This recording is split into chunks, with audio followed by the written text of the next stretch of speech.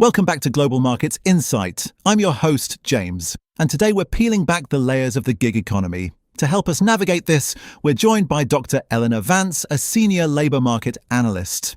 It's a pleasure, James. It's a fascinating, albeit controversial time to be looking at how we work. Let's dive right in. Traditionally, a career meant a 9 to 5 with a steady paycheck. Now we see a massive shift toward freelance work and app-based platforms. From an analyst's perspective, is this the democratization of work? On the one hand, the appeal is undeniable. We are looking at unprecedented flexibility. According to recent data, approximately 36% of the U.S. workforce, about 59 million people, engaged in freelance work last year. Proponents argue that being your own boss and setting your own hours is a liberating evolution. As an analyst, I have to look at the structural integrity of this model.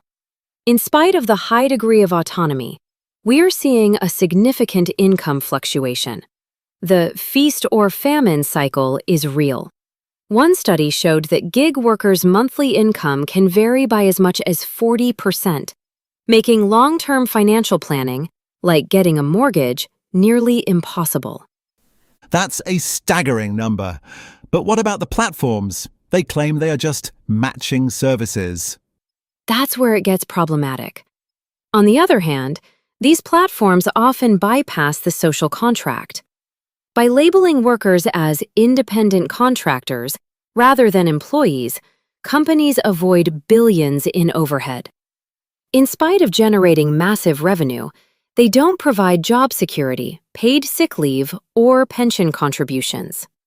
From a critical standpoint, one could argue this is a race to the bottom regarding workers' rights.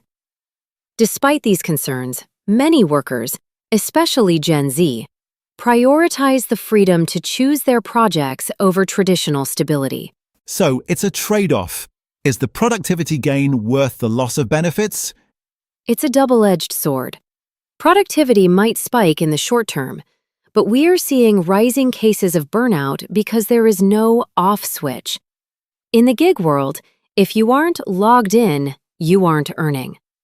We must acknowledge that for those in developing economies or remote areas, these platforms offer vital access to global markets that didn't exist a decade ago. Final thoughts? Is the gig economy here to stay? Without a doubt. But the definition of a career is being fundamentally redefined. Regardless of whether we like it or not, the challenge for the next decade will be creating a regulatory framework that protects the individual without stifling the flexibility that the modern world demands. The question remains, is the trade-off of security for liberty truly sustainable in the long run?